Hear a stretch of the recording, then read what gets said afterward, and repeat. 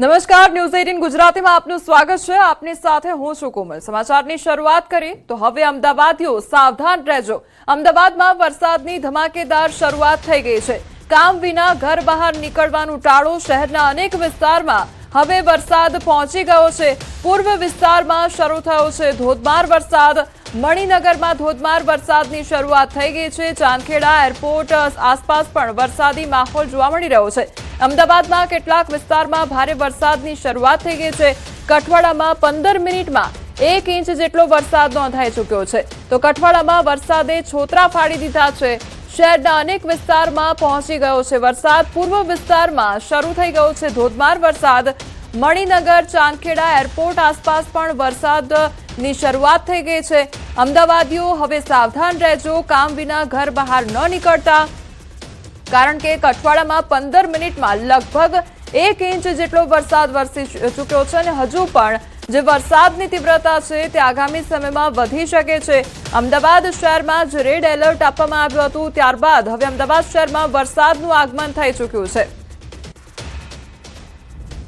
આ તરફ ગાંધીનગર શહેરમાં પણ વરસાદનું આગમન થયું છે। શહેરના કેટલાક વિસ્તારોમાં વરસાદી માહોલ જામ્યો છે। ગાંધીનગરમાં પવન સાથે વરસાદનું આગમન થયું છે। અમદાવાદ શહેર બાદ ગાંધીનગર શહેરમાં પણ વરસાદનું આગમન થયું છે। પવન સાથે વરસાદનું આગમન થયું છે તો ગાંધીનગર ખાતે ઓરેન્જ એલર્ટ આપવામાં આવ્યું હતું, ત્યારે ગાંધીનગર ખાતે પણ હવે વરસાદનું આગમન થયું છે। આગામી સમયમાં ભારેથી અતિભારે વરસાદ વરસી શકે છે। એક તરફ અમદાવાદ શહેરમાં રેડ એલર્ટ જારી કરવામાં આવ્યું હતું, ત્યારે ગાંધીનગર શહેરમાં ઓરેન્જ એલર્ટ જારી કરવામાં આવ્યું હતું। ગાંધીનગર ખાતે પણ હવે વરસાદનું આગમન થયું છે। ધીમી ધારે વરસાદ ખાબકી રહ્યો છે। શહેરના જે કેટલાક વિસ્તારો છે ત્યાં આગળ વરસાદી માહોલ જામ્યો છે તો પવન સાથે વરસાદનું આગમન થયું છે।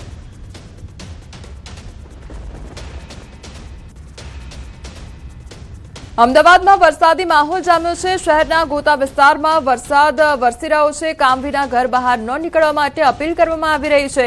ભારે વરસાદની આગાહીને લઈ તંત્ર એલર્ટ મોડ પર જોવા મળી રહ્યું છે તો અમદાવાદ શહેરના અલગ અલગ વિસ્તારમાં હવે વરસાદનું આગમન થયું છે। લોકોને સતત અપીલ કરવામાં આવી રહી છે। કામ વિના ઘરની બહાર ન નીકળવા માટે સતત અપીલ કરવામાં આવી રહી છે।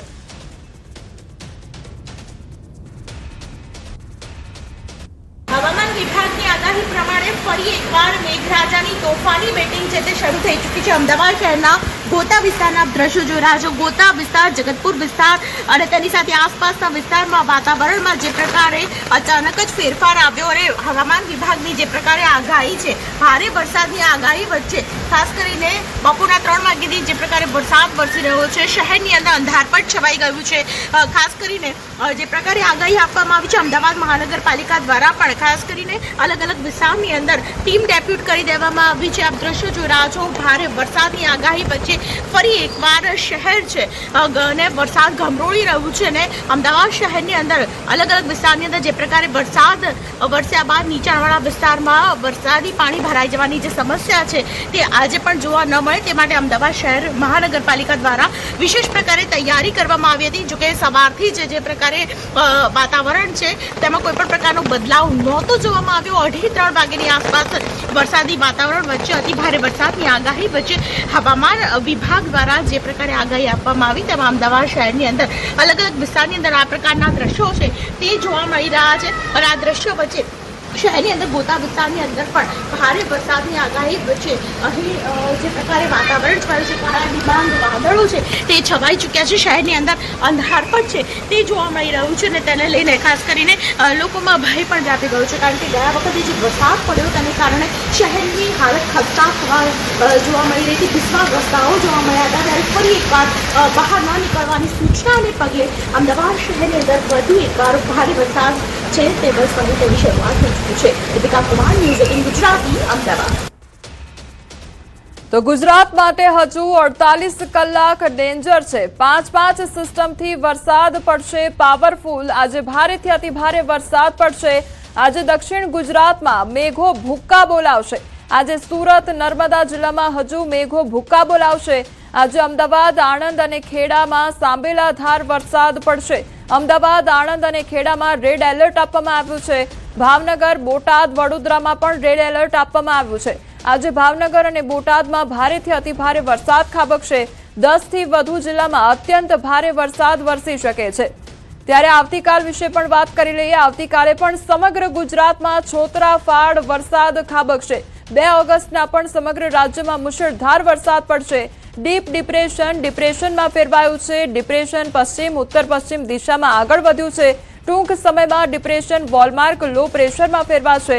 Depression, western disturbance, shear zone, monsoon trough system, કુલ 5 સિસ્ટમના કારણે વરસાદ આગામી 3 દિવસ માછીમારોને દરિયો ન ખેડવા માટે સૂચના પણ આપવામાં આવી છે। डे 1 के लिए एक्सेप्शनल हाईवे रेनफॉल की वार्निंग है गुजरात रीजन के लिए, और जो डिस्ट्रिक्ट है जहां पर एक्सेप्शनली हाईवे रेनफॉल की वार्निंग है वो डिस्ट्रिक्ट है नर्मदा और सूरत डिस्ट्रिक्ट, और साउथ गुजरात के सारे डिस्ट्रिक्ट कवर हैं जिसमें एक्सट्रीमली हाईवे रेनफॉल की वार्निंग और साथ में रेड अलर्ट जारी है। और इसके साथ ही अहमदाबाद और आनंद और खेड़ा के लिए भी एक्सट्रीमली हाईवे रेनफॉल की वार्निंग है जिसमें रेड अलर्ट जारी है। और जो सौराष्ट्र रीजन के डिस्ट्रिक्ट हैं जिसमें एक्सट्रीमली हाईवे रेनफॉल की वार्निंग है वो डिस्ट्रिक्ट है भावनगर और बोटाड, और इसके अलावा गुजरात स्टेट के सारे डिस्ट्रिक्ट कवर हैं जिसमें heavy to very heavy rainfall की वार्निंग है। तो डे 2 की बात करेंगे तो डे 2 के लिए भी एक्सट्रीमली हाईवे रेनफॉल की वार्निंग गुजरात रीजन में है और साथ ही सौराष्ट्र और कच्छ रीजन के लिए है। और डे 3 के लिए हाईवे रेनफॉल की वार्निंग है गुजरात रीजन में और साथ ही सौराष्ट्र और कच्छ रीजन में। और उसके बाद डे 3 के बाद लाइट टू मॉडरेट रेन का पूर्वानुमान है डे 4 से लेकर डे 7 तक। एक जो डीप डिप्रेशन था कल शाम में वो 5:30 बजे वो डिप्रेशन में कन्वर्ट हुआ है, और उसकी जो अभी करंट की जो पोजीशन है डिप्रेशन की वो western parts of Vidarbha adjoining south MP है। और लैटिट्यूड और लॉन्गिट्यूड वाइज देखा जाए तो वो 21.1 डिग्री नॉर्थ लैटिट्यूड और longitude wise 78.2 degree east longitude पे डिप्रेशन बना हुआ है। और इसका जो मूवमेंट है वो nearly west north westward direction में ये मूव करेगा, और अगले 24 घंटे में ये जो अभी डिप्रेशन है वो अगले 24 घंटे में वेल मार्क लो एरिया में कन्वर्ट हो जाएगा। और जो इसके अलावा सिस्टम्स हैं उसमें एक मानसून ट्रफ है जो डीप डिप्रेशन जैसलमेर से होते हुए डीप डिप्रेशन से होते हुए ये बे ऑफ बंगाल को गुजर रही है। और दूसरा सिस्टम है ऑफशोर ट्रफ है जो साउथ गुजरात से होते हुए नॉर्थ केरला तक गुजर रही है। और इसके साथ ही सियर जोन है जो नॉर्थ ईस्ट अरेबियन सी अक्रॉस साउथ गुजरात होते हुए डीप डिप्रेशन तक जा रही है। 4 વાગ્યા સુધી 13 જિલ્લામાં રેડ એલર્ટ જારી કરવામાં આવ્યું છે। સાબરકાંઠા અરવલ્લીમાં રેડ એલર્ટ આપવામાં આવ્યું છે। આણંદ ખેડા ભરૂચમાં રેડ એલર્ટ આપવામાં આવ્યું છે। નર્મદા સુરત તાપીમાં પણ રેડ એલર્ટ આપવામાં આવ્યું છે। ડાંગ નવસારી વલસાડમાં રેડ એલર્ટ આપવામાં આવ્યું। ભાવનગરમાં પણ રેડ એલર્ટ આપવામાં આવ્યું છે। 14 જિલ્લામાં ઓરેન્જ એલર્ટ આપવામાં આવ્યું।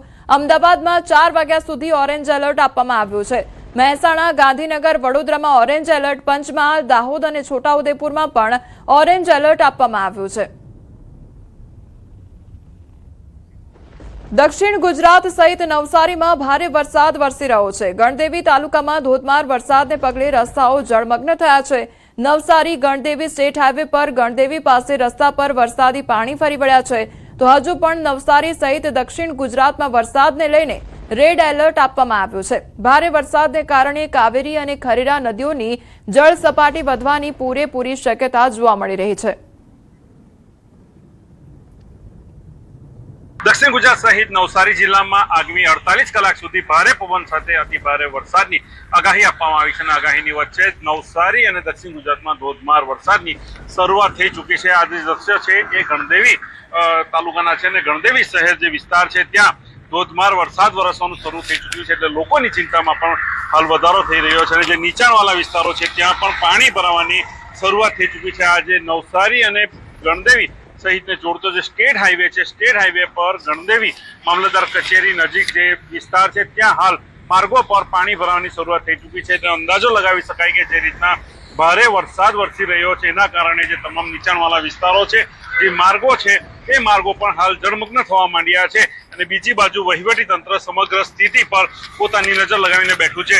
જીવન જરૂરિયાતની વસ્તુ એટલે કે પાણી સહિતની જે વસ્તુઓ છે એ પણ હાલ વહીવટી તંત્ર દ્વારા સ્ટોક કરવામાં આવી રહ્યો છે, જેથી કરીને લોકોને જે સ્થળાંતર કરવું પડે અને સ્થળાંતર જ્યાં લોકોને કરવામાં આવે ત્યાં પાણી સહિત જે ભોજન છે, ફૂડ પેકેટની વ્યવસ્થાઓ છે એ તમામ પહોંચાડવાની કામગીરી પણ હાલ ચાલી રહી છે અને નવસારી જિલ્લામાં વિવિધ સ્થળોએ SDRF, NDRF ની ટીમોને પણ તૈનાત કરી દેવામાં આવી છે। બીજી બાજુ નવસારી જિલ્લામાં જે રીતના ભારે પવન સાથે વરસાદ વરસી રહ્યો છે એ વહીવટી તંત્રની ચિંતામાં વધારો કરી રહ્યો છે। પાવિન પટેલ, ન્યૂઝ 18 ગુજરાતી, નવસારી। નવસારી શહેરમાં અતિભારે વરસાદ અને પૂરની આગાહીને પગલે સ્થળાંતર શરૂ થયું છે, ત્યારે નવસારી મહાનગરપાલિકા દ્વારા પૂર્ણા નદી કાંઠાના લોકોને સ્થળાંતરિત કરવામાં આવ્યા છે। નવસારી શહેરના ભેંસત ખાડા, કાશીવાડી, હિદાયતનગર, રંગૂનનગર, બંદર રોડ, મિથિલાનગરી વિસ્તારના લોકોને સ્થળાંતરિત કરવામાં આવ્યા છે, તો 18 જેટલા સ્થળો પર સ્વેચ્છાએ સ્થળાંતરિત થવા માટે અપીલ કરવામાં આવી છે। સ્થળાંતર થવાની તે શરૂઆત થઈ। શહેરના તરોટા બજાર વિસ્તારમાં સોરાબબાગમાં 150થી વધુ લોકોને રાખવામાં આવ્યા છે, તો લોકો માટે રહેવા, જમવાની અને આરોગ્યની વ્યવસ્થા પણ કરવામાં આવી છે।